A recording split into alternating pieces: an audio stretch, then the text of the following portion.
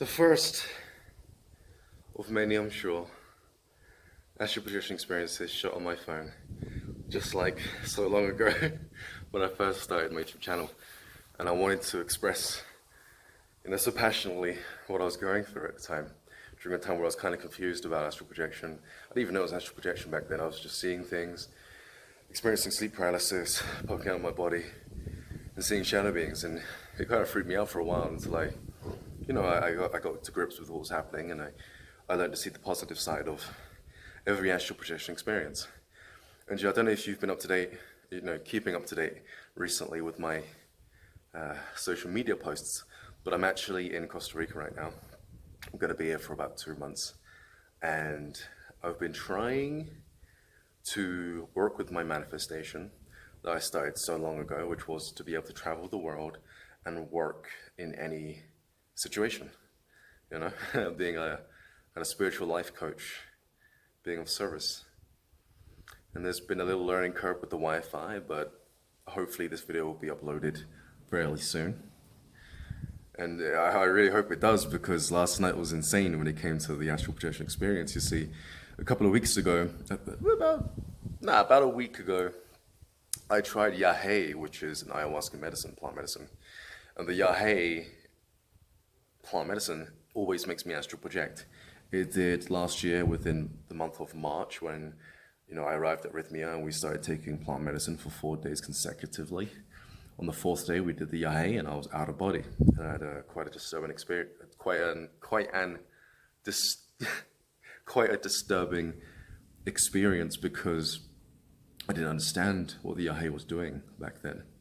Last week, I did the yahe, popped out of my body, and Aaron Dowdy, I'm not quite sure what his last name is. I keep pronouncing it wrong, but he's also a spiritual YouTuber, and he was laying next to me on ayahuasca. And I could see his face shifting into another person, a woman. She got up, right? And she looked at me, leant over, and flicked my ear. That actually kind of hurt a little bit. She flicked my ear pretty aggressively and started swearing at me. I look around, and everyone else starts shape-shifting. They get up in the astral plane and start kicking me and beating me. And I'm like, what's going on here? Long story short, one of the ends of the room that we're taking the plant medicine in changes into a kind of bar type scenery, and there's this guy with a pitcher of milk, and he's going like this, and he holds it close to him, and I feel like I can trust him. I get a bit closer to him, he pulls it towards him and steps back from me, and he gives me a sinister grin as to say, "You're not getting this, I tricked you." His eyes popped out of his head and his face went black. I forced myself out of that astral projection experience. I told one of the shamans what was going on. He didn't know what was going on, and we were given strict instructions not to speak to the head shaman until the end of the ceremony. So the end of the ceremony comes, and I leave early because he's talking quite a bit, and we're all thinking about food. The ceremony started at 7 o'clock in the afternoon, didn't finish till 9:30 in the AM the next day, So I left the ceremony early without, addressing to him my concern with my experience. But I managed to catch him on the way, he was on the way to his place. And we were like kind of neighbors, but I asked him, I said, "Hey, I had this experience where I was beaten up in the astral plane, what was going on?" And he said to me that, that was happening because in a past life you were aggressively beaten by, I'm assuming now, a town of people or a small village of people. And me going through that experience was my soul's way of kind of coming to terms, or at least noticing that, I guess on a very deep level, my soul was not happy with what happened within that past life. And so I was like, okay, well, that makes sense, because now I can speak to my subscribers about my last astral projection experience that I had whilst at Rhythmia, the one that I didn't want to disclose because I thought it was too sensitive of a topic for YouTube, which was I experienced a mass rape, a mass rape in the astral plane. And it kind of shook me a little bit because I wanted to protect the women there, but I couldn't. And they were so under the influence of whatever they were taking that they thought that it was okay. And I was the only sober one there. And so I'm taking that experience as maybe in a past life, something like that happened where I was witness to something like that. And that kind of makes sense because ever since I was younger, I always thought, what experience would make me lose my shit? And seeing someone getting raped, I would lose it, and I didn't quite know why. I just thought that anyone would, but perhaps it's connected to something deeper. Anyway, so whilst on plant medicine last week, I was experimenting with depth, how to go really deep on plant medicine. And I noticed that when I chose to ignore me, this Ryan, anything associated to this life and, how I exist here in 3D, and lean into the personality that I'm picking up on, a past life, I was able to go incredibly deep into that other past life, and then the next past life, and then the next past life. As long as I detach myself from my idea of who I am here, I was able to get pretty deep with the whole experience. And so I'm laying down on my bed, right? And my girlfriend's next to me, and I can hear her snoring. I say to her, I'm going to go astral project. I'm going to start seeing things. So I start opening my third eye because recently it's become very easy for me to do so. And I start seeing through my eyelids, I start seeing beings in the room, which was funny because the night before I actually saw like a gray alien, no joke. And we've been seeing that recently. That was the night after we saw a star falling from the sky, But I digress. So after seeing the alien, we're in the bed the next night. I'm opening my third eye, and I'm seeing other beings in the room now. And the next thing I know is I think to myself, okay, I'm going to go very deep into this astral plane, into the planes of existences that I'm able to see right now. I'm going to detach myself from myself and let myself just kind of fall into the astral plane. I did that.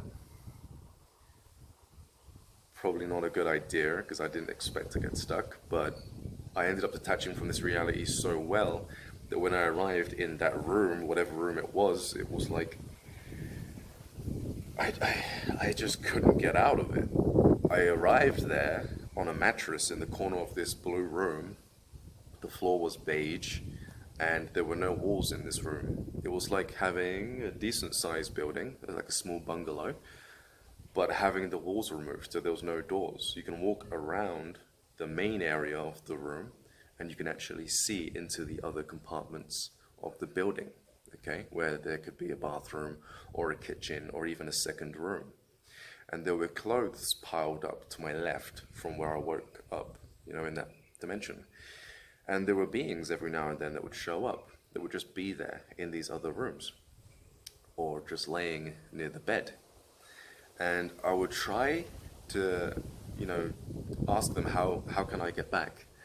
But they would just look at me, not necessarily sinisterly or angrily or any kind of negative way, just kind of detached from my situation, just looking at me, just with this weird gaze.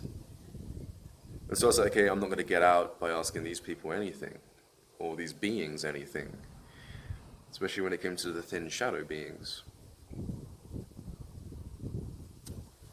After a while of not being able to get back the way I usually do, which is to think about my body, I thought, crap, I'm stuck. And then I started to panic a little bit because I could still hear my girlfriend snoring, and the last thing I wanted her to experience was a state of locked-in syndrome, where I felt like I was inside another dimension, inside my pineal gland, but yet I still had the sense that I was in my head, and I could still hear this outer reality. I could still hear her snoring. I didn't want her to wake up and try to wake me up, but not be able to get to me, I didn't want her to freak out and experience me in like a weird vegetable-ized state of being, and me being in this other dimension, still being able to hear her thinking, shit, she's probably terrified right now. So that thought alone freaked me out, made me panic. I really wanted to get back because I didn't want to freak her out. And so I would try to think body now, and it wasn't working. And after a while of trying my best, I got bored. That's how long I was there for, guys. So I started walking around, really pacing and looking at my environment and taking note of my environment and taking note of the beings that I was seeing and just sitting there sometimes, just just sitting with my legs crossed on the mattress. And a few times I would lay down and try to listen to her snoring, and I tried to do the opposite yet same thing that brought me to that dimension. I would try to listen to her snoring and try to detach myself from the plane of existence that I resided in, and just let myself fall out of it and back here into 3D. But it wouldn't work at all. It wasn't even getting me close. Nothing was working. It wasn't showing any sign. And so I tried it a few times, and then I thought to myself, okay, rather than panic, let's just think about the benefits here. Okay, I'm stuck in the astral plane, and I can hear everything outside. What if, when I get home, I do this by myself? I know I could last a couple of weeks, without having to really get up and do much of anything. I fasted for 8 days, no food and no water.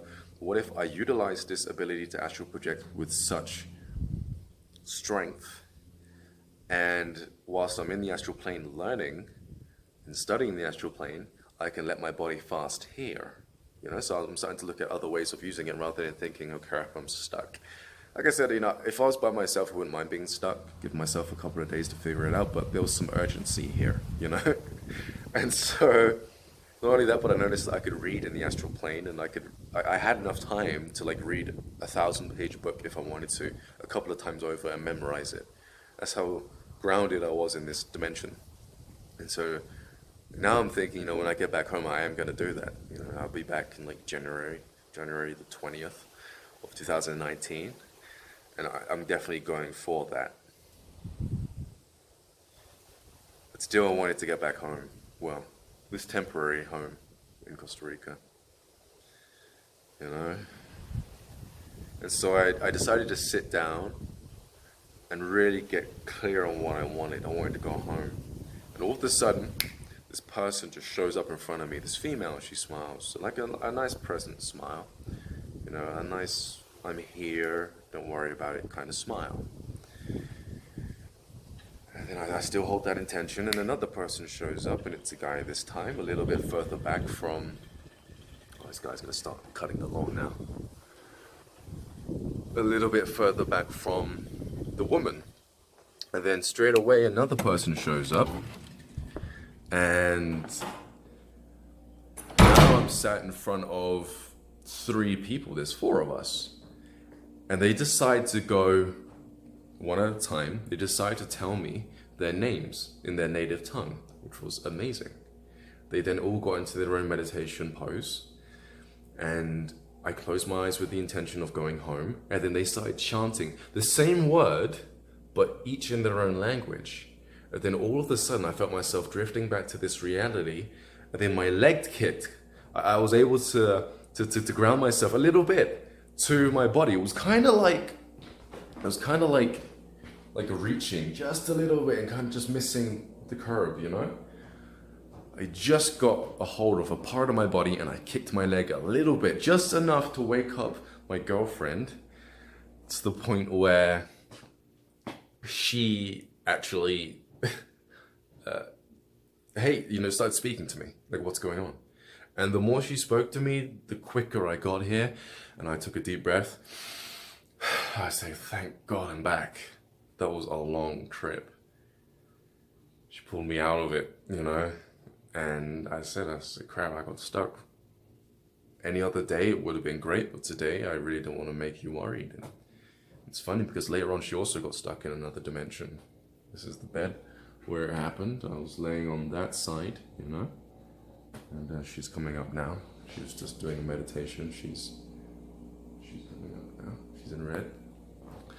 But yeah, that was my astral projection experience. I'm glad I got to finish this video in time.